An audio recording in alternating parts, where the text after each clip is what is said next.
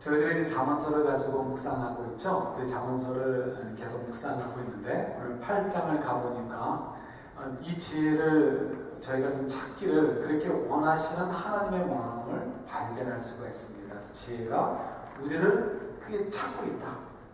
성문 앞에서도 사람들이 자주 왔다 갔다 하는 곳, 모든 사람들이 이렇게 거하는 곳에도 지혜가 머물며 우리를 찾고 있고 어디든지 지혜가 우리를 기다리고 있다는 거죠. 핵심은 우리가 좀 지혜를 좀 찾아라, 간절히 좀 찾아라 이렇게 얘기를 하시는 거죠.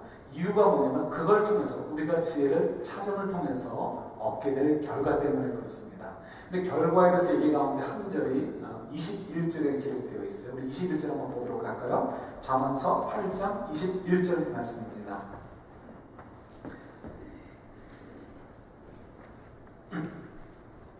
21절 보세요. 함께 읽을까요? 이는 나를 사랑하는 자가 재물을 얻어서 그 곳간에 채우려 하려 함이니라.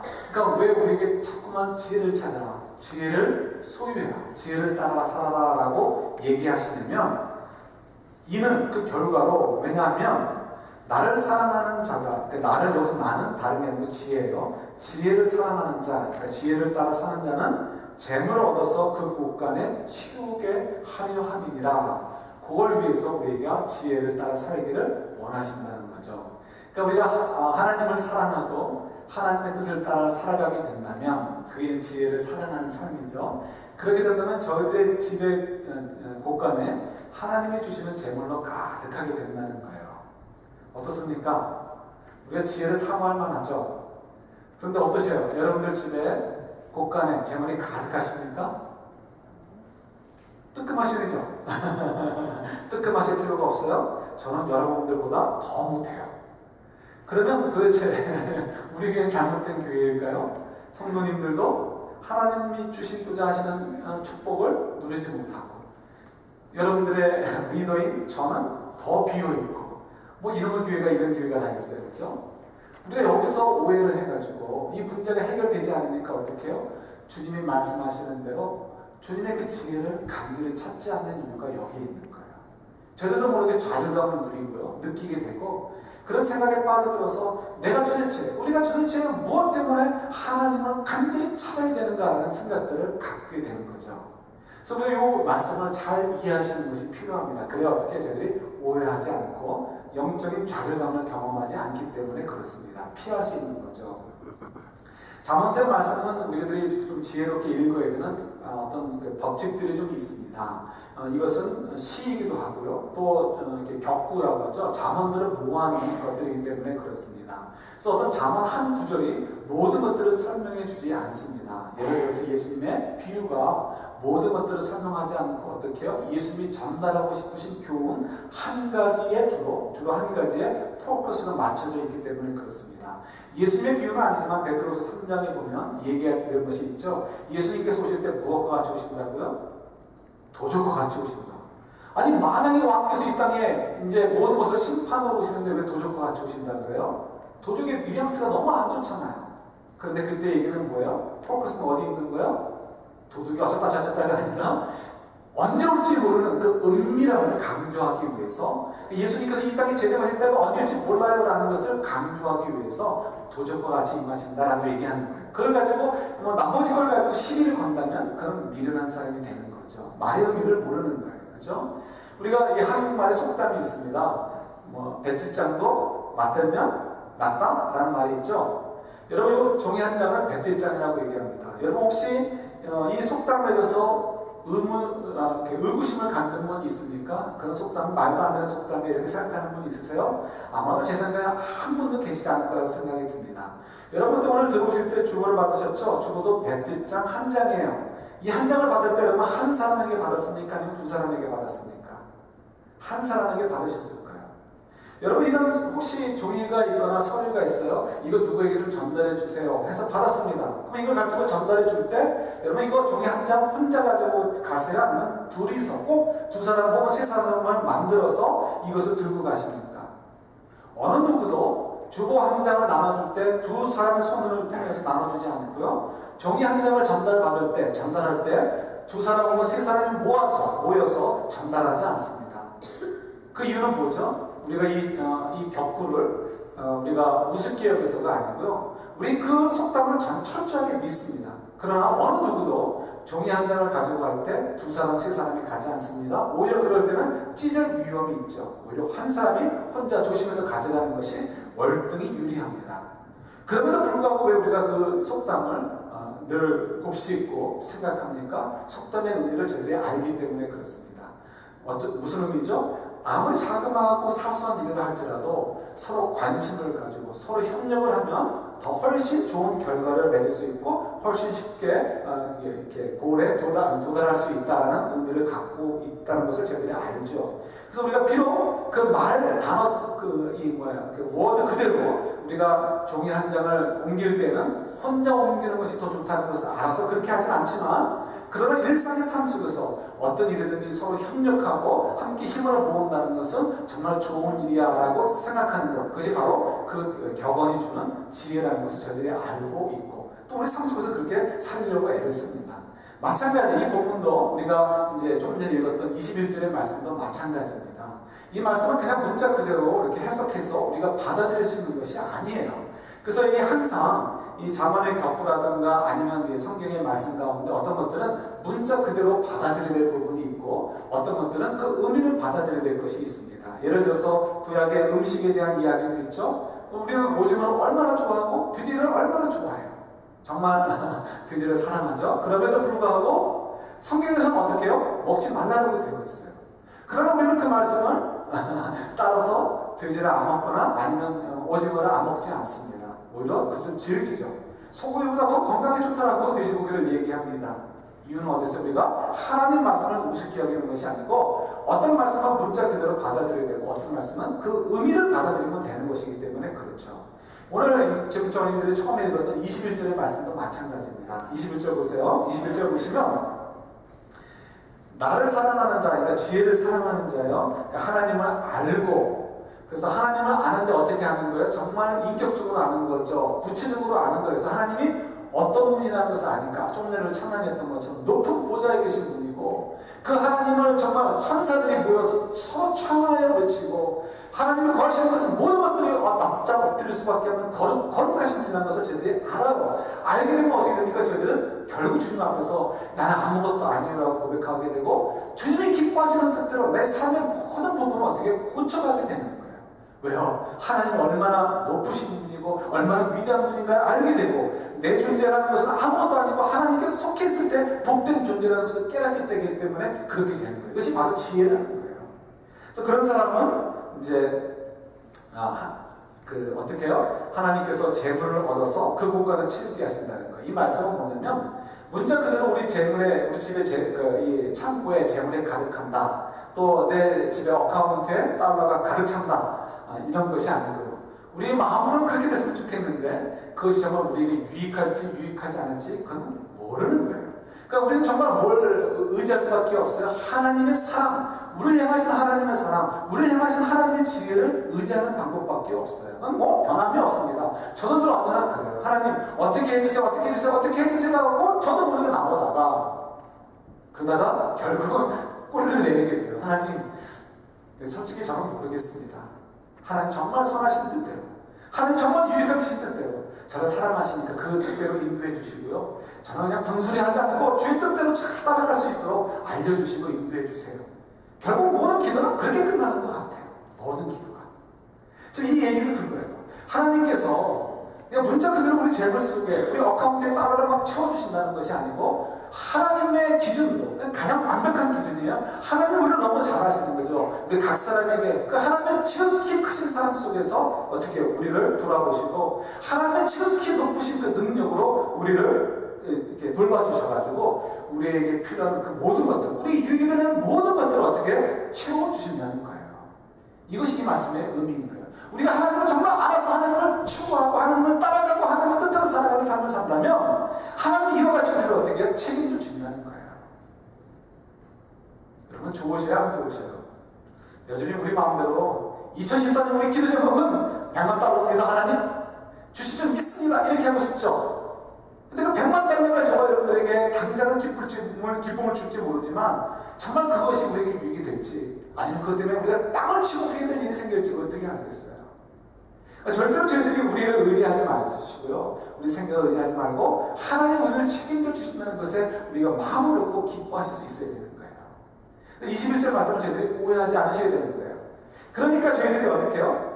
이 말씀을 잘 이해하게 될 때 그 다음에 어떻게 하나님 제발 정말 저를 돌아봐 주세요. 저는 정말 하나님만을 사랑하는 삶을 살겠습니다라고 어떻게 갈급한 마음으로 정말 그 정성된 마음, 간절한 마음을 가지고 하나님의 지혜를 찾게 되고 하나님의 인도하심을 받는 인생으로 변하게 되는 거죠.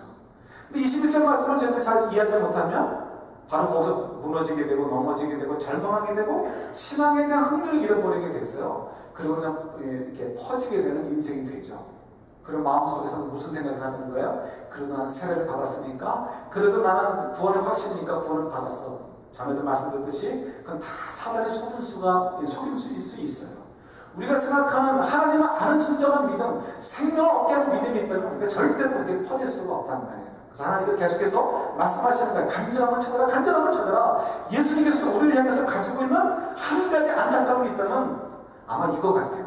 우리에게 다른 것이 부족하고 이런 것이 아니라 우리에게 주님을 사모하는 간절함, 우리 인생을 하나님께 거는 그런 간절함, 하나님께 모든 것이 달려있습니다 하는 그 간절함이 없는 것, 그것 한 가지가 주님께서 우리에게 오늘 이 순간에도 우리에게 좀 안타까워하시는 그런 모습이 아닐까 생각을 합니다. 그래서 저희들에게 필요한 거 한 가지가 있다면 이런 간절함을 저희들이 좀 회복하는 거예요. 우리 성경 한 문장은 또 찾아볼까요? 잠언서 14장 보세요. 잠언서 14장 7절 말씀이요.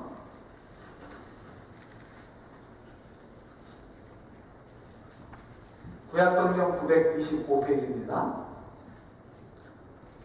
한번 같이 받아볼까요? 너는 미련한 자의 앞을 떠나라. 그 입술에 지식이 있음을 보지 못함이니라. 여기서 우리가 미련한 자의 앞을 떠나라, 미련한 자와 어울리지 말라는 거죠. 그 입술에 나오는 것이 좋은 것이 없다라는 거예요. 그래서 미련한 자는 누굴까요? 공부도 제대로 못하고 IQ도 떨어지고 인생의 경험도 별로 없는 사람, 그런 사람일까요? 가난하고 실패만 한 사람, 그런 사람일까요?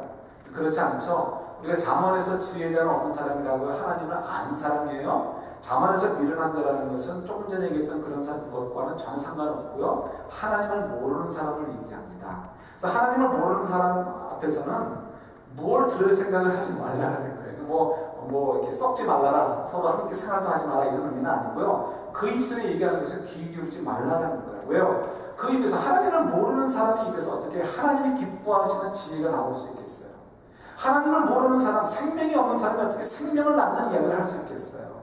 그냥 상식적인 이야기를 할 수 있을지 모르지만 진정한 의미에서 하나님을 모르는 사람은 하나님을 기쁘시게 하는 삶을 사는데 도움이 될 만한 얘기를 꺼내놓을 수가 없습니다. 그러니까 그런 사람들과 어울리지 말라는 것이 아니고 그런 사람들의 말에, 이야기에 어떻게 귀 기울이고 쫓아가지 말라는 거예요. 그래서 저희들이 이 말씀을 오해하지 않으셔야 되는데, 그렇다면 우리가 믿지 않는 예를 들어서 의사나 법률가나 혹은 또 스탑 매니저나 이런 사람들을 우리가 의지하지 않아야 되는가? 그리고 꼭 크리스천들만 병원을 가도 만나야 되고 그래야 되는가? 그런 의미는 아니에요. 이것은 영적인 지혜를 얘기하는 거예요. 하나님을 기쁘시게 하는 삶을 얘기하는 거죠. 그러니까 믿지 않는 닥터한테도 가서 수술을 받을 수 있어요. 그럼 어떤 상식적인 이야기고 일반 질서적인 이야기인 거죠. 그러나 그 사람이 하는 인생의 어떤 가치관의 이야기, 어떻게 사는 것이 좋습니다 하는 것들에 있어서는 건강의 문제를 제외하고는 나머지 것들은 우리에게 정말로 유익이 되는 것들은 없다라는 거예요. 오히려 정말 공부하지 못하고 아주 시골에 있는 촌사람이라 할지라도 이빨 다 빠지고 얼굴은 그냥 새까맣게 타고한 그런 할아버지, 할머니 이야기를 할지라도 그분이 하나님의 사람일진데, 그러면 그분에게서 나오는 이야기들은 굉장히 이렇게 거칠고 어리숙해 보이는 이야기를 할지라도 그 말은 어떻게 우리가 귀 기울일 이유가 있는 거죠. 그분의 인생을 통해서 어떻게 해요? 우리에게 주실 수 있는 하나님의 지혜가 담겨져 있기 때문에 그렇습니다. 그래서 저희가 이 미련한 자라는 것이 얼마나 형편없는 존재인가를 우리가 확인을 했어요. 그러니까 미련한 자라는 것, 하나님을 모르는 사람이라는 것은 아무리 IQ가 높고 아무리 많은 학력이 있고 아무리 많은 인생의 경험이 있어도 사실상은 뭐예요? 하나님을 기쁘시게 할 만한, 정말 인생을 가치 있게 할 만한 것은 하나도 없다는 거예요. 반면에 오늘 저희들이 읽은 본문, 하나님을 사랑하는 자, 그래서 어떻게 해요? 17절 보세요. 나를 사랑하는 자들이라고 얘기하죠. 나를 사랑하는 자들이 나의 사랑을 입으며 라고 말씀하셔요. 이 얘기 뭐냐면 적어도 들을 기 있는 자들, 이런 사람들은 저희들은 뭐라고요? 하나님의 사랑과 은혜를 입은 자들이라는 거예요. 우리 이 잠언의 말씀이 귀에 들어오시고 가슴에 걸리셔요. 그것이 마음에 걸리셔요. 그렇다면 적어도 저와 여러분들은 하나님이 사랑하셔서 들을 귀를 주신 분들이라는 거예요. 우리는 적어도 미련한 자들이 아니고 지혜로운 자들의 카테고리에 들어가는 거예요. 왜요? 우리 속에 하나님께서 성령을 불어 넣어주셔서 하나님을 볼 수 있는 새 생명을 넣어주셨기 때문에 그래요. 저희들이 이 말씀을 통해서 도전을 받는다는 것은 뭐예요? 결국 우리가 하나님의 사랑과 은총을 입고 있는 자리라는 것을 확증해 주는 거죠. 그러니까 너무너무 감사한 거예요. 자, 그런데 우리가 한 가지 부족한 것이 있다고 했어요. 그게 뭐냐면 17절 그 하반부에 나오는 이야기예요. 나를 간절히 찾는 자가 나를 만날 것입니다. 중요한 건 뭐냐면 우리들이 간절히 찾지 않는다는 거예요. 간절히 찾지 않는 거. 우리 히브리서 11장 6절 한번 같이 보도록 할까요? 우리 마지막으로 이제 찾는 건데 히브리서 11장 6절 한번 보세요. 제가 적어드린 거 보셔도 좋습니다. 제가 적어드린 거 보실까요? 우리 그 한 가운데 있습니다. 우리 3번 타이틀 위에 네 번째 줄 중에 있죠? 우리 히브리서 11장 6절 보세요. 같이 읽겠습니다. 믿음이 없이는 하나님을 기쁘시게 못하나니 하나님께 나아가는 자는 반드시 그가 계신 것과 또한 그가 자기를 찾는 자들에게 상 주시는 이심을 믿어야 할지니라. 자, 여기도 보면 가인과 아벨이 하나님께 그 제사를 드렸는데 가인의 제사는 하나님 받지 않으시고 아벨의 제사는 하나님 받으셨단 말이에요. 그 이유에 대해서 우리에게 설명을 주죠. 가인은 물론 이제 동물로 예물 제사를 드렸고 피를 흘렸죠. 아벨은 곡식으로 예물을 드렸어요. 그래서 우리가 생각할 때는 이 예물을 드린 종류에 따라서 하나님께서 받으시고 안 받으신 거 아닌가 생각할 수 있어요. 그러나 6절을 보면 그렇지 않음을 우리에게 가르쳐 주죠. 가인도 하나님께 제물을 드렸어요. 그 얘기는 뭐예요? 하나님이 존재한다는 것은 알았어요. 그러나 가인의 마음에 어떤 마음이 없었던 거예요? 내 인생은 하나님께 달려있다. 하나님 정말 저를 좀 도와주옵소서. 저를 하나님의 인도하심을 따라 살 수 있도록 도와주옵소서. 하나님의 은혜를 저에게 좀 부어주옵소서 라는 마음이 없었다는 거예요. 그는 젊었고 힘이 있었고 많은 재산이 있었어요. 내가 할 수 있다는 생각이 있는 거예요. 그러니까 하나님이라는 존재 때문에 아버지가 제사 드리라고 하니까 형제들이 제사를 드리니까 자기도 제사를 드리지만 그의 마음속에 하나님을 의지하는 마음이 없는 거예요.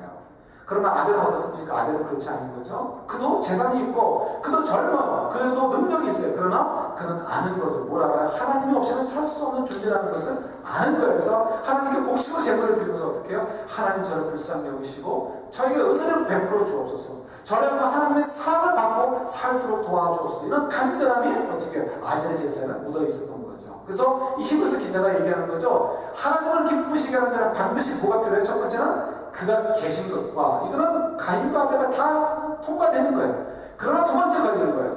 그리고 또 뭐가 필요하다고요? 또한 자기를 찾는 자들에게 상 주시는 이심을 믿어야 한다는 거예요. 상 주시는 이 상이라는 것을 자꾸 또 우리 아까 8장 21절에 묵상했던 것처럼 이 세상의 것을만 생각하면 우리가 또 하나님께 간절히 찾을 이유가 없는 거예요. 가인은 이미 많은 것들을 가지고 있어요. 근데 보통 하나님께 간절히 구해서 뭐 좀 주세요 할 필요가 없단 말이에요. 저도 그렇게 생각할 수 있습니다. 내가 이미 안정된 잡이 있어요. 이미 벌어들이는 수입이 있어요. 이미 갖춰놓은 것이 있어요. 이 정도만 유지하면 돼요. 그러니까 하나님께 간절히 가서 상 받을 필요 없어요. 나는 됐어요. 하나님 이 정도면 됐어요. 실제로 성도님들 가운데 그것을 이런 식으로 표현하는 분들이 있어요. 그러나 여러분 그것은 옳지 않습니다. 이 상이라는 것은 이 땅에서 먹고 사는 것의 문제가 아니고 실제로 하나님 나라에서 우리가 어떠한 상급을 받을 삶을 살고 있는가를 얘기하는 거예요. 정말 하나님께서 우리를 정말 이쁘게 여기시고 하나님께서 우리를 정말 복 주시는 인생이 될 것인가. 그래서 아벨처럼 하나님 받으시는 제사를 드리면서 하나님께서 기뻐하시는 인생을 살 것인가, 아니면 가인처럼 부유할지는 모르지만 하나님의 저주 아래 놓일 인생을 살 것인가, 이걸 우리가 선택해야 되는 거예요. 그러므로 저희들이 간절함이 우리에게 필요한 거예요. 간절함이. 근데 여러분 저희들이 이 간절함은 사실은 주님께서 우리에게 주시는 이 영생의 그 기쁨 속에 포함이 되어 있습니다. 성령께서 저와 여러분을 터치해 주셨나요? 그렇다면 우리 마음속에 그 간절히 찾을 수 있는 영적인 능력이 있어요. 그런 영적인 능력이 있다면 이제는 어떻게 이 말씀들을 통해서 우리가 도전을 받고 이것을 끌어올리는 것이 필요한 거예요. 근데 이것은 한 번으로 끝나는 것이 아니고요. 정말 인생을 통해서 계속해서 우리가 훈련을 받는 것이 필요합니다. 대표적인 우리의 샘플을 주는 것이 야곱이에요. 야곱의 이야기를 좀 나눌까요? 여러분이 아시는 것처럼 야곱이 쌍둥이 가운데 아우로 태어났습니다. 아우로 태어났으니까 얼마나 억울했겠어요. 내가 형이 됐어야 되는데. 근데 평생 자기하고 똑같은 날 태어난 형제에게 형이라고 불러야 되고 자기는 동생이 되는 거예요. 그것도 억울한데 옛날 법을 따라서 이 야곱이 장자의 축복을 누가 갖는 거예요? 형 에서가 받는 거예요. 그러니까 이 야곱이 욕심이 많고 승부욕이 있는 사람인데 이걸 용납할 수가 있나요? 그러니까 화가 나가지고 어떻게든 이걸 뺏어먹으려고 그냥 눈이 빨갛게 돼가지고 평생을 사는 거죠. 그래서 형 에서를 속여서 팥죽에 장자권을 사려고 하기도 했었고요. 그리고는 결국에 가서 어떻게 해요? 아버지 이삭과 형 에서를 속이고 장자의 축복을 자기가 대신 받는 일을 벌이게 됩니다. 그리고 들켰으니까 어떻게 해요? 도망가야죠. 형 에서가 잡아 죽이려고 하잖아요. 그래서 도망을 가가지고 멀리 떠나서 삼촌 라반의 집에 가서 얼마를 살게 되죠? 적어도 20년 이상 살게 됩니다. 20년 동안을 살다가 돌아오게 돼요. 정말 눈칫밥 먹다가 오게 된 거죠. 그리고 이제 고향 땅으로 돌아가는데 약속의 땅으로 돌아가는데 약복강이라는 강 앞에 서게 됩니다. 이제 여러분 아시는 요단강이 있죠? 이스라엘 땅 길쭉한데 위에 갈릴리 호수 있고 밑에 사해가 있습니다. 사해와 갈릴리 호수를 가르는 것이 요단강인데 요단강에서 사해 쪽으로 내려오면은 이제 이 동쪽으로 약복강이 있습니다. 그 약복강에서 이제 서가지고 해가 뉘엿뉘엿 지는 무렵에 생각이 빠지게 된 거죠. 그 생각이 복잡합니다. 여러 때를 나누어서 이제 재산을 이렇게 고향 땅으로 보냈어요. 혹시라도 형이 치게 되면 도망가야 되는 생각을 가지고 있었을 것입니다. 그런데 여러분 저희들이 야곱이 아무리 치사해도 자기 혼자 남은 것이 맨 마지막에 내가 있다가 정 급하면 내가 먼저 도망가야지 그러려고 혼자 남았겠습니까? 그렇지 않죠. 이 약복강이라는 것도 우리가 한강이나 뭐 태안스강 이런 것처럼 큰 강이 아니고요. 시냇물 같은 거예요. 사진을 보면 시냇물 같아요. 그냥 첨벙첨벙 뛰어가면 잡을 수 있는 거리예요. 그러니까 그 약복강에서 혼자 남아서 내가 때가 돼서 도망가야 되면 내가 먼저 도망가야지 이것은 혼자 남았다고 생각하면 조금 너무 야곱을 우습게 보는 것 같아요. 야곱이 아마 깊은 생각에 빠졌을 것 같습니다. 어떤 생각일까요? 자기가 빈손으로 20년 전에 이 땅을 떠났다가 지금 돌아오는데 그때는 빈손이었지만 지금 어떻게 많은 재산을 가지고 있었어요. 뭐라고 생각했을까요? 아버지가 나에게 장자로서 축복을 해주셨기 때문에 내가 이 많은 재산을 모았을 거야 이런 생각을 가졌을 것입니다. 아마 평생 그렇게 살았을 것 같아요. 그 20년 동안에. 그런데 가만히 생각해 보세요. 지금 자기 처지를 보니까 이게 조금 뭔가 의문이 생겨요. 어떤 의문이 생길까요? 아버지 이삭의 많은 재산을 누가 다 상속받았죠? 야곱을 위해서 기다리고 있잖아요. 누가 다 가져갔어요? 에서가 다 가져갔어요. 지금 형 에서가 군대를 데리고 오는데 수가 400이나 되고 이 만만치 않아요. 자기도 지금 많은 이렇게 재산이 있으니까 수하들이 있어요. 맞서 싸우면 되죠? 야곱이 겁을 내요? 싸울 만하다고 생각해요. 겁을 내고 있어요. 누가 더 세다는 거예요? 에서가 세다는 거예요. 그 얘기는 뭐예요? 그만큼 수하가 많은 만큼 재산이 누가 더 많다? 에서가 더 많다는 거예요. 자기가 평생 태어나서부터 장자권을, 그 축복권을 얻기 위해서 정말 마음을 막 쏟고 괴로워하고 심지어는 아버지와 형 에서를 속이고 하나님도 속였다고 생각하면서 그 축복을 누렸다고 생각했는데 막상 고향 땅을 들어가려고 하니까 자기보다 형에서는 더 많은 힘과 능력들을 가지고 있어요. 형에서는 그렇다고 뭐 간절히 뭐 찾고 그런 것도 없어요. 그냥 가만히 있었고 팥죽에서 자기 장자권을 팔아넘길 만큼 거기에 대해서 별로 그렇게 욕심도 없었던 것 같아요. 근데 그 에서는 지금 뭐 당당한 거예요. 자기는 20년 동안 아버지 어머니 다시 보지 못하고 빠이빠이 했고요. 그리고 지금 고향 들어가 돌아가면서 죽을까 살까 이 걱정하고 있는 거예요. 그러니까 그가 뭘 회의하겠어요? 야, 내가 지금까지 추구했던 장자의 축복이 도대체 무엇일까? 내가 이렇게 간절히 찾던 하나님의 복이 도대체 무엇일까? 의심하게 되는 거예요.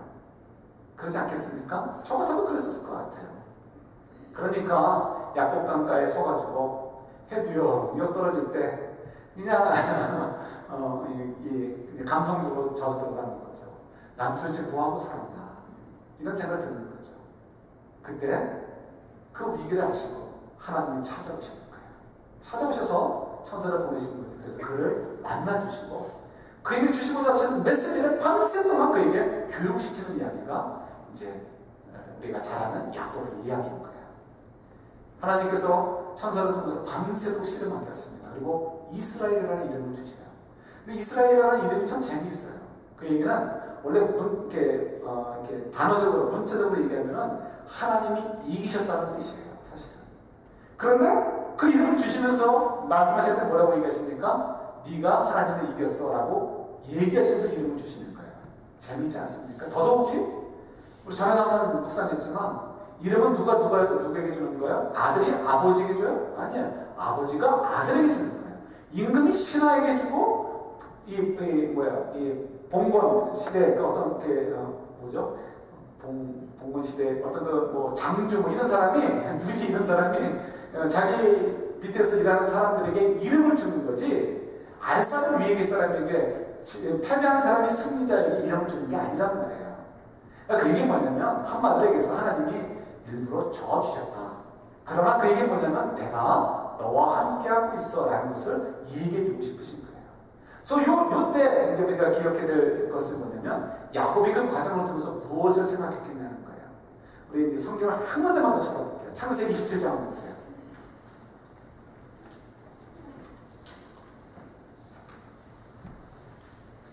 창세기 27장 29절이요. 구약성경 39페이지에 있습니다. 창세기 27장 29절이요. 27장 29절입니다. 같이 한번 이렇게 받아볼까요? 창세기 27장 29절입니다. 시작. 만민이 너를 섬기고 열국이 내게 굴복하리니 내가 형제들의 주가 되고 내 어머니의 아들들이 내게 굴복하며 너를 저주하는 자는 저주를 받고 너를 축복하는 자는 복을 받기를 원하노라. 아멘. 여기 보면 만민이 너를 섬기고 열국이 내게 굴복하리니 이게 이제 아버지가 야곱에게 주신 축복의 기도의 내용 가운데 하나예요. 그러나 이 이야기는 역사적으로 지금까지도 단 한 번도 성취된 적이 없습니다. 이거는 예수님이 오시는 날까지 이런 일은 벌어지지 않을 거예요. 그럼 이 얘기는 뭘까요? 이 얘기는 그냥 이런 우리 눈에 보이는 이 땅에서 어떤 나라, 왕국을 얘기하는 것이 아니고 하나님 나라를 얘기하는 거예요. 실제로 우리는 어떻습니까? 이 세상 사람들과 섞여 살고 있어요. 어떻게 보면 그들보다 우리가 가난할 수 있고 그들보다 권력이 없을 수 있어요. 왜? 우리는 섬기며 살아야 되니까. 우리는 나눠주며 살아야 되니까. 우리는 사랑으로 살아야 되니까 자꾸 우리의 주머니가 비워질 수밖에 없고 우리가 속이지 않아야 되니까 권력으로부터 멀어질 수밖에 없어요. 그죠? 이게 현실이에요. 그럼에도 불구하고 우리는 사실은 우리야말로 하나님의 거룩한 백성으로서 이 땅을 예수님과 더불어 통치하고 있는 거예요. 여러분 그거 아십니까? 우리 이제 통치자로 살고 있는 거예요. 우리 그냥 먹고 살기 위해서 이 땅에 사는 것이 아니고 예수님의 대리자로서 이 땅에서 예수님과 더불어 이 세상을 통치하고 살고 있는 거예요. 이 세상을 통치해서 어떻게 해요? 마치 옛날에 새마을 운동을 통해서 나라가 좀 더 살만하게끔 바꿔가는 것처럼 영적인 새마을 운동을 통해서 이 사람들을 깨우치도록 하는 것, 그 내용들을 위해서 우리가 이 땅에 파송받아서 그 일을 위해 살고 있는 거예요. 사람들이 볼 때 우리가 우습게 보일지 몰라요. 그러나 우리야말로 하나님의 거룩한 백성이고 영생을 소유한 자들이고 천사가 우리를 수정드는 거룩한 백성들이란 말이에요. 그래서 우리가 별볼일 없는 것처럼 살아요. 우리는 통치자는 전부 다 왕으로 생각해요. 모두가 다 리더십이 되기를 원해요. 그러나 주님이 말씀하시죠. 누구는 눈, 누구는 귀, 누구는 발가락이 되어야 되는 거예요. 그래서 어떻게 합력해서 선을 이루면서 온전하게 하나님 나라가 잘 운영되어지고 그 일을 통해서 이 세상을 우리가 잘 통치할 수 있기 때문에 그런 거예요. 그래서 이 말씀은 어떻게 우리가 그리스도 안에서 지금 성취되고 있는 거예요. 여러분 저와 여러분은 그냥 먹고 사는 인생이 아닙니다. 잘 먹고 잘 살면 되는 것이 아니고요. 우리는 어떻게 하면 이 통치를 잘할 것인가가 우리 인생의 골이 되는 거예요. 사명자라는 거예요. 그래서 복의 근원이다라고도 얘기하는 거죠. 어떻게 잘 다스리느냐? 그럼 우리가 또 나중에 기회 있을 때 또 자세히 얘기하도록 할게요. 그 다음 보세요. 너를 저주하는 자는 저주를 받고 너를 축복하는 자는 복을 받기를 원한다. 이 얘기는 이삭이 처음 한 얘기가 아니죠. 누가 누구에게 하신 이야기죠? 하나님이 아브라함에게 하신 이야기예요. 너는 세상에 복의 근원이 될 것이다. 너는 저주하는 자는 내가 저주할 것이고 너를 복주는 자는 내가 그를 복줄 것이다. 아브라함이 받은 거야. 할아버지 아브라함이 그 약속을 받고서 어떻게 고향 땅을 떠나왔고 그리고 평생을 천막 생활을 사다가 그 자리에 서 있고 그 다음에 이삭에게 전수되었고 그 다음에 그것이 야곱 자기에게 전달되어졌단 말이에요. 야곱이고 이 밤에 그 이스라엘이라는 이름을 받음을 통해서 맞구나, 하나님께서 지금 나와 함께 하셔서 하나님 나에게 장자의 축복권을 가지고 나에게 축복해 주신 것이 나에게 전수되어서 할아버지 아브라함이 받으신 그 복이, 그 약속이 그 아들 우리 아버지 이삭에게 전달되어졌고 이삭을 아버지 이삭을 통해서 결국 나에게 전달되어졌구나. 그러니까 어떻게 해요? 이제 용기를 얻어서 정말 에스더처럼 죽으면 죽으리라는 각오를 가지고 어떻게 해요? 나아갈 수 있게 되는 거죠. 그러니까 그가 그 다음에 일어나서 어떻게 담대하게 나아갈 수 있는 거예요. 자, 그런데 여기서 저희가 두 가지가 좀 흥미로운 부분이 있어요. 뭐냐면 첫 번째는 이거예요. 여러분, 하나님께서 지금 야곱을 만나주신 것은 그가 디프레션에 빠져 있다는 말이에요. 그에게 격려해주기 위해서 어떻게 해요? 야곱을 만나주셨어요. 그러면 야곱이 지쳐있을 때 어떻게 해요? 에너지를 넣어주셔야죠. 엘리야에게 까마귀를 보내서 먹을 것과 마실 것을 주신 것처럼 떡을 주시든지 물을 주시든지 뭐 그렇게 해주셔야 되잖아요. 병이 들었으면 병을 고쳐주시든지. 근데 오히려 무슨 일을 하시죠? 그의 환도대를 부러뜨리시는 거예요. 아니, 앞으로 나아가라고 하셨는데, 그 축복의 땅으로 나아가라고 하셨는데 어떻게 해요? 환도대를 불어놓으신단 말이에요. 왜 그러셨을까요? 부러진 다리도 붙여주셔야 될 판에 하나님 놀부도 아니시고 왜 제비다리에 멀쩡한 다리를 꺾어 놓으시듯이 이 야곱의 다리를 분질러 놓으신다는 거예요. 이유는 뭐 너무 쉽죠. 너 그동안 네 머리로 살았지. 그동안 네가 약다라고 생각했지. 그동안 네 방식대로 살았지. 그래가지고 아무것도 안 돼. 네 방식대로 살지 말고 어떻게 해요? 나를 의지하고 살아. 나에게 인생이 달려있으라면서 가르쳐 주시는 거예요. 다리가 분질러졌어요? 이제는 빼도 박도 못해요. 형이 치고 들어와도 어떻게 도망갈 수도 없어요. 형하고 싸울 수도 없어요. 그저 하나님께 맡길 수밖에 없는 거예요. 모든 건 내려놓게 하는 거죠. 여러분, 저희들이 지난 1년을 사시면서 주님께서 우리들의 환도뼈를 분들어 놓으신 것은 없으셔요? 반드시 있으실 거예요. 없다라고 생각하는 분은 영이 잠자고 있는 거예요. 없을 수가 없어요. 왜? 우리는 하나님처럼 신실하지가 못해요. 금방 이렇게 생각했다가도 돌이키면서 바로 다른 생각을 할 수 있는 것이 우리예요. 왜냐하면 우리는 불완전한 존재이기 때문에 그래요. 우리 속에 죄가 있고 우리 속에 사단이 여전히 역사하기 때문에 그래요. 우리 속에서 성령께서도 역사하시지만 사단도 여전히 역사합니다. 그래서 우리는 신실하신 하나님처럼 신실하지 못해요. 이렇게 페이스풀하지 못합니다. 그래서 하나님께서 어떻게 우리를 종종 우리 환도뼈를 분지르십니다. 그걸 통해서 어떻게 해요? 네 머리, 네 능력 의지하지 마, 이 바보야. 왜? 생명의 근원이고 네 인생의 모든 것을 좌지우지하는 너희 복의 근원인 나를 왜 보지 않니? 라고 가르쳐 주시고 하나님의 분만 붙잡을 수 있도록 하기 위해서 어떻게 해요? 우리에게 많은 부분에서 뭐 어떤 때는 환도뼈, 어떤 때는 뭐 어깨뼈 이런 것들을 분들이시면서 우리를 알고 하나님을 의지하도록 하시는 거예요. 그래서 여러분, 지난 한 해 동안 혹시 하나님께서 그렇게 하셨다고 생각하셔서 섭섭하신 거 있으세요? 아니요. 섭섭하신 이유 하나도 없어요. 그거야말로 뭐예요? 하나님은 나를 사랑해 주시는 거구나. 그거야말로 하나님은 나를 사랑하셔서 나에게 은혜 주시려고 나에게 그렇게 기회를 주시는 거구나. 나를 하나님을 바라보도록 하시는 거구나 하는 것을 여러분 깨달으시고, 여러분 혹시 그런 기억이 있다면 여러분 그것을 기쁨으로 받으셨으면 좋겠어요. 또 한 가지 재밌는 것이 있어요. 뭐냐면 지금 이 순간은 야코바가에서 있는 야코의 순간은 굉장히 긴박한 순간입니다. 한 시간이 평소에 열흘만큼 소중한 시간이에요. 형이 어떻게 반응을 할지 모르는 순간이에요. 그럼 어떻게 해요? 하나님께서도 빨리 응답을 해주시고 빨리 하나님의 뜻을 보여주셔야 되잖아요. 근데 어떻게 하셨다고요? 밤새도록 그와 시련을 하셨어요. 금방 놔두지 않으셨어요. 밤새도록 그로 하여금 떠나지 못하도록 천사가 붙잡고 늘어지게 하셨단 말이에요. 이유는 뭘까요? 기도를 하려면 그래도 밤새는 해야지. 우리 근육이되면 밤새서 해야지. 이런 것도 아니고요. 하나님의 의도하시는 거가 있는 거죠. 찾아보지 않습니다. 열왕기하 20장에 보면 재밌는 이야기가 있어요. 히스기야와 이사야의 이야기가 있습니다. 당시에 히스기야 임금 때 선지자는 이사야가 있었습니다. 이사야에게 하나님 말씀해 주시죠. 너 히스기야 임금에게 가서 얘기해라. 하나님 너 죽이신대. 너 곧 죽는다. 이 메시지를 전달하라고 해요. 히스기야에게 갔습니다. 이사야가 얘기했습니다. 그리고 돌아오는데 이사야가 돌아올 때 히스기야는 어떻게 마치 준비했다는 듯이 바로 하나님께 엎드려서 기도하기를 시작을 합니다. 기도를 얼마나 했을까요? 하나님이 죽이신다고 하고 너 죽는다고 했는데 하나님 그의 기도를 응답하셔서 그래 너 죽지 않고 15년을 더 살게 해줄게 얘기해 주셨어요. 얼마나 기도했을까요? 한 일주일쯤씩 기도했을까요? 아니면 적어도 야곱처럼 하룻밤 정도는 밤을 샜을까요? 그 정도는 실현해야 되는 거 아니에요? 이 정말 죽고 사는 문제가 완전히 걸리는데 야곱은 뭐예요? 죽을지 살지 그래도 50%, 50대 50은 되잖아요. 근데 히스기야는 100% 죽는다는 거예요. 야곱은 그래봐야 한 가정이지만 히스기야는 한 나라의 임금이에요.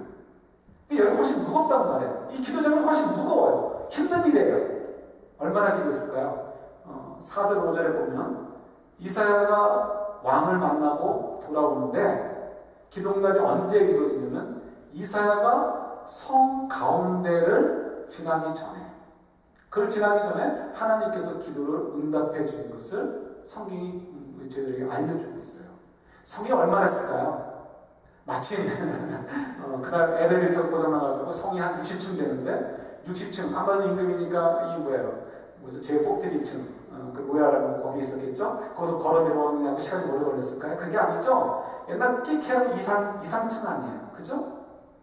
그리고 옛날 그 성이 커봐야 뭐 반지름 200m가 넘을 수가 없어요. 그 땅이 넓이가. 그러니까 저 끝에서 걸어왔다 할지라도 성 가운데 오는데 한 넉넉 잡고 200m 잡자니까요. 200m 천천히 걸어오는데 얼마나 걸을 수 있을까요? 이사야가 지금 기분 좋은 일이면은 장관도 만나고 의원도 만나고 너도 만나고 쟤도 만나고 해서 티도 마시고 하면서 천천히 올 수 있어요. 그러나 지금 이사야의 마음도 굉장히 심란한 거예요. 함부로 떠들고 사람을 만날 수 있는 상황이 아니에요. 임금이 죽게 되었는데 어떻게 그래요? 그러니까 빨리 그냥 모든 것들을 다 스톱하고 입도 다물고 그냥 투벅투벅 걸어왔을 거예요. 200m 10분이면 걸었을까요? 좀 넉넉하게 잡아드릴까요? 20분? 기분 더 써요. 30분? 30분! 좋아요. 30분 기도했는데 응답을 해주셨단 말이에요. 히스기야의 그 엄청난 기도를. 야곱은 어떻게 해요? 하룻밤 내내 붙잡고 계시는 거예요. 이유가 뭘까요? 그냥 혼자 두면 떠날까봐 천사를 붙여가지고 씨름하면서 그 말에 빨리 일어나지 못하도록 하셨어요. 밤새도록 기도하게 하신 거예요. 이유는 뭘까요? 간절함이 필요한 간절함. 그냥 들어주시면 금방 또 잊어버려요. 히스기야가 실패한 게 그거예요. 하나님께서 놀라운 음성을 주셨는데 히스기야가 곧 어떻게 돼요? 교만에 빠져가지고 결국은 넘어지게 되죠. 넘어진 이야기 나중에 또 기회가 있으면 얘기하도록 하겠습니다. 하나님께서 야곱을 향해서 그 마음을 아시는 거죠. 너 금방 풀어주면 너 또 네 그 머리 반짝반짝한 머리 의지해서 요거 할까 저거 할까 또 생각할 거야. 그러지 말아야 돼. 너 정말 나를 간절히 찾을 수 있어야 돼. 그래서 이 하룻밤을 그 종일토록 천사를 통해서 붙잡음을 통해서 하나님을 향해서 간절한 마음을 갖도록 하시는 것을 저희들이 볼 수 있습니다. 여러분 이거 보세요. 여기 보시면 주황색 글씨로 오렌지 칼로 적은 것이 있어요. 한번 같이 한번 읽어볼까요? 자, 한번 끊어보세요.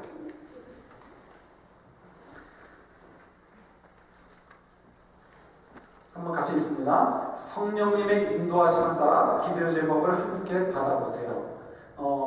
이게 왜 이렇게 적었냐면 여러분 전에 한번 기도 제목을 적어내세요 했더니 주로 대부분이 가족의 건강 이게 1번이에요.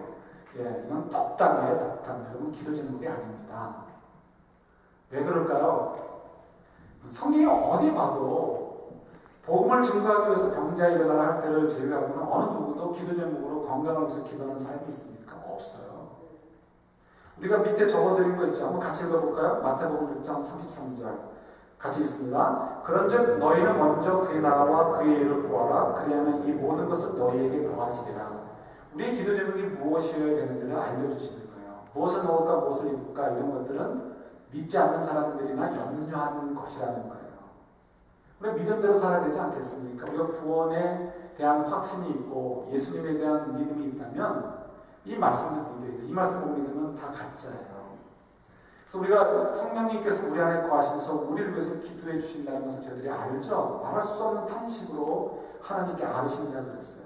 그러니까 우리 속에서 우리에게 정말 유익한 것이 무엇인지를 아는 것은 내가 아니고 누구예요? 성령님이신 거예요. 그래서 우리가 이제 이틀밖에 안 남아서 인텐시브하게 정말 우리가 장난이 아니고 정말 승부로 가야죠. 주님께서 우리에게 이걸 기대하시는데 인텐시브하게 한번 고민하고 기도해 보는 거예요. 그래서 이 밑에 영어도 적어놓은 이유는 가족이 있으면 가족들과 함께 기도해 보려는 거예요. 그래서 매일 우리가 첫날 기도할 때는 다른 거 기도하지 않고 하나님의 음성을 들을 수 있도록 성령께서 내 속에서 어떤 기도를 2014년에 향해서 어떤 기도를 하고 계시는지 어떤 것을 내가 기도하기를 원하시는지 기도 제목은 뭐예요? 내가 그것을 위해서 승부를 걸라라고 주님께서 요구하시는 음성인 거예요. 그래서 그것을 한번 들어보자고 그러니까 듣기 위해서 우리가 내일 기도하도록 할 거예요.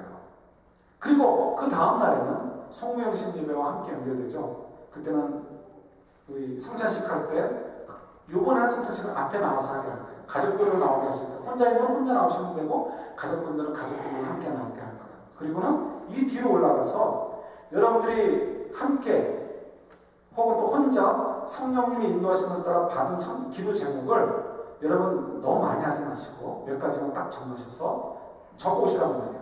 그걸 가지고 십자가 밑에 여러분 기도하게 할 거예요. 그걸 사진으로 찍어드릴 거예요. 그리고 그걸 잘 인화해서 여러분들이 매일 보시면 이 냉장고에 붙여놓도록 할 거예요. 왜요? 우리 밤새도록 천사들과 실험하게 하신 것처럼 여러분들이 냉장고문을 문을 열고 닫을 때마다 그건 누가 다 열고 닫잖아요. 그때마다 1년 내내 내 기도 제목을 보는 거예요. 내가 기도했던 그 순간의 장면을 보면서 내가 하나님께서 성령님을 통해 주신 내 기도 제목 그것을 놓치지 않고 잘 기억해가지고 그걸 가지고 1년 동안 사는 거예요. 그게 간절함입니다. 간절함.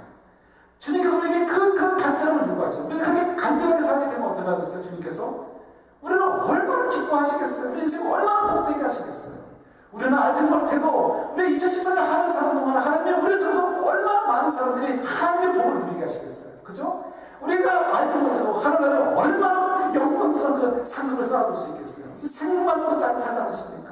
하나님이 우리에게 그걸 요구하시는 거죠. 그래서 우리에게 이렇게 자만의 말씀을 통해서 주시는 거예요.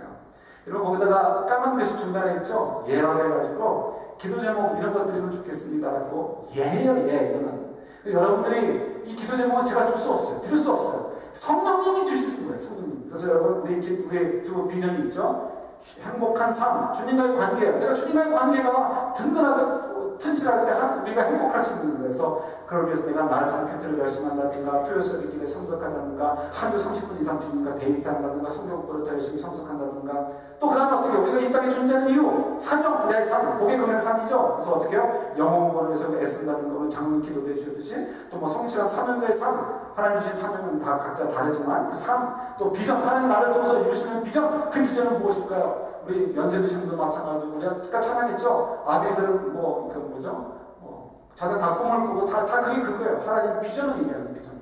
특히 젊은이들은 말할 것도 없어요. 젊은이들은 눈을 불뜨고 나를 향한 하나님의 비전이 무엇일까요? 그 꿈을 꾸시고 찾아야 되는 거예요. 불 켜고. 그런 것들을 자녀들과도 함께 하시는 거예요. 자녀들과도. 이런 무엇을 자녀들에게 남겨주시겠어요? 여러분 손주들 오실 거죠? 손주들하고 전화를 해서라도 하시고 함께 할아버지랑 할머니랑 기도하자. 2013년 한 해 동안 기도하자. 여러분들 리퀘스트 하면 제가 주게 만들어 드릴게요. 그래서 손주분들에게 보내주고 싶으신 분 있으면 보내세요. 할아버지 할머니가 이렇게 기도했어. 너희도 이런 기도 좀 가지고 2014년도 한번 기도하자. 얘기하세요. 2014년도 우리 한번 같이 간절하게 한번 기도해보지 않을까요? 그러면 어떻게 해요? 정말 주님께서 우리 21절 8장 21절 우리가 생각하는 대로 어카운트에 달러가 이만큼 차지 않아도 정말 하나님의 그 신실하시고 우리 살아가시는 하나님께서 우리에게 정말 유익한 것으로 가득 채우실 것을 누리게 될 줄 믿습니다. 아멘? 네, 여러분 이해되셨어요? 이해가 안 되셔요?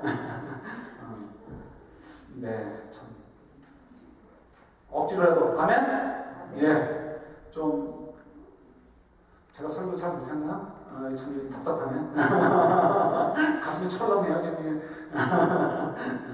여러분 정말 주님께서 응답이고 주님께서 정말 여러분들 향해서 이 간절함을 원하신다는 것. 여러분에게 원하는 거 한 가지 이거예요. 간절함. 이 간절함을 통해서 여러분 그냥 사는 2014년이 아니고 정말 준비된 2014년을 살아가는 저희들. 그래서 하나님 주신 그 인생을 통해서 많은 상급을 쌓아두는 정말 복된 인생이 되기를 우리 주님의 이름으로 축원합니다. 아멘.